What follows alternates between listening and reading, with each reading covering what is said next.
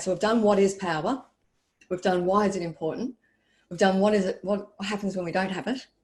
And then you've got the 7 real truths that are about power for you to remember what empowerment is and where empowerment stops and codependency starts. And the core piece of empowerment, which is if I can make space for all of myself and own all of myself equally, then if I do that work, then I can facilitate a space for others to find their own empowerment. All right, good. So the way that the reflection piece here for you is about, these are the 3 power circles. Because now this is the useful piece about, okay, so now how do I do this? What do I need to know? How can I check myself, right? So the first circle is about the source of our power. Okay, so this is what I would call power source. Okay, I'm going to try blue. So this is power source. So this is knowing, I'll do that over here. Can you see this? I'm the source of my power. Not really. What I might do is I'll do the 3 circles first. So power source is first.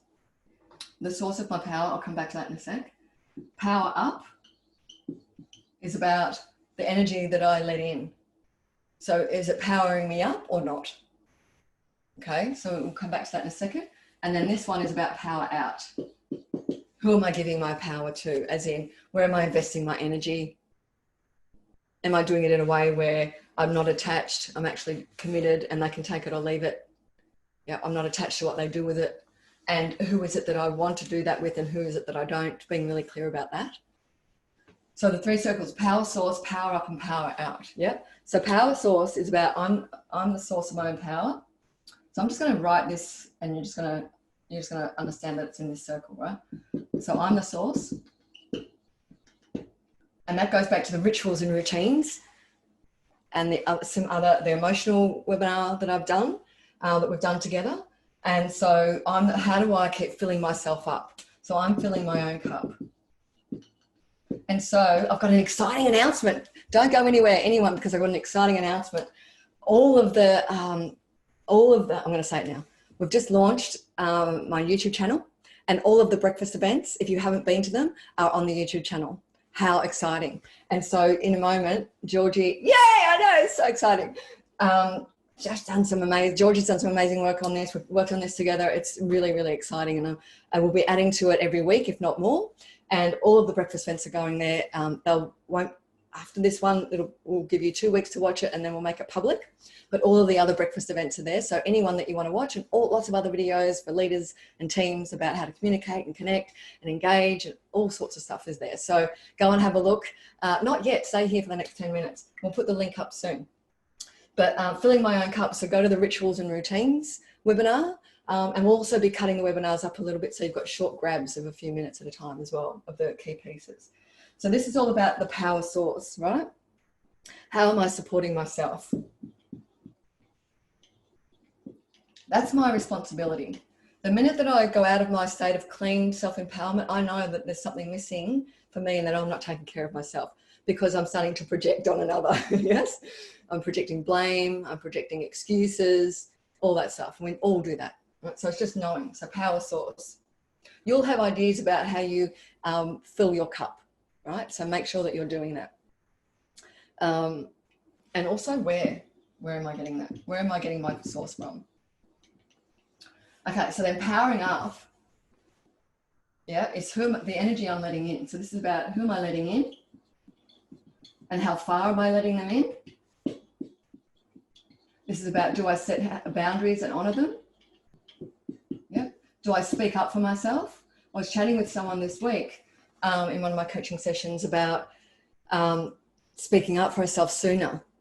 And so she's a CEO in the disability and aged care area. And obviously at this point in time, there's a lot going on and she's giving and giving a lot, and she's a nurturer anyway. Amazing woman, incredible what they've done at this time especially, and really inspiring leader and a very caring, deeply caring leader. but what she's realizing is that she's not speaking up for herself sooner at home when she needs a bit of space. So can you speak up for yourself a little bit sooner if you're a nurturer? And if you're a dictator or a director or a type A type personality, a strong dominant personality, then can you actually speak up in a way that doesn't trample all over people? I can say that because that's sometimes what I do still and who I used to be. So can we speak up in a way that's has compassion with it and understanding and listening, right?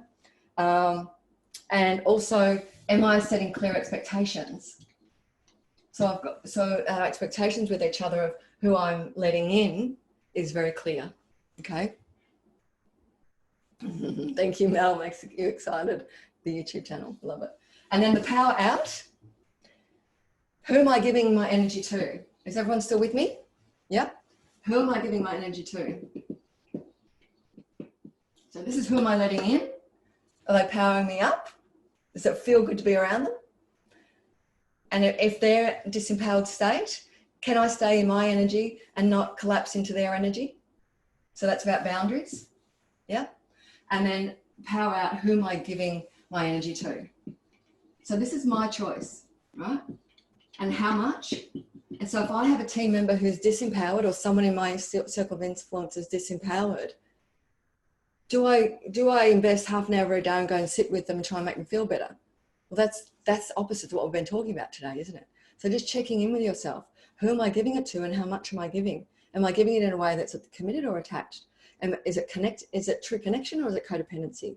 So there's a lot of things there that you can use from today to help you understand because sometimes you need to give your energy to someone who's disempowered, but it's about how you do that and in what state you do that. Yeah. So your choice and how I do that. How much am I investing? Okay. So what was the last point? Yeah. So when we're giving it to, one of the keys here is no expectation of return, right? So often our love or our generosity or our giving can be conditional, even with our partners or in our family environment, and especially at work. I'll do this if we're expecting a return. I'll train this person, I'm expecting a return. But can we actually commit and give with that and have expectations that are agreed, but not expectations that aren't agreed or that are silent expectations that are going to trip that relationship up? So if you've got expectations, you need to make sure that you speak them and are very clear about them, make sure the other person's understood them. So, because then that allows that there's no expectation of, or silent expectations to trip you up. Because often when we're giving and we have expectations, we don't get what we want back, but we didn't ever speak it. Yeah. So being very clear about speaking your expectations so that there's an aligned energy together. Does this make sense? I've got 5 minutes. Give me a thumbs up, making sure this makes sense. I've got a question in the Q&A box. I know that's still you, Vicky. Answered. Okay, go away. All right. Let me know that this is working for you, that you're getting some value out of this. The last, I know, Vicky, that's me using technology. Now, the last piece I want you to do is reflect on this. Out of the 3 circles, power source, power up, power out, where do you need to make a shift? Okay, so I'm going to give you a minute to do that right now. Take this moment now while you're here. Power up, power out, or your power source do you need to shift?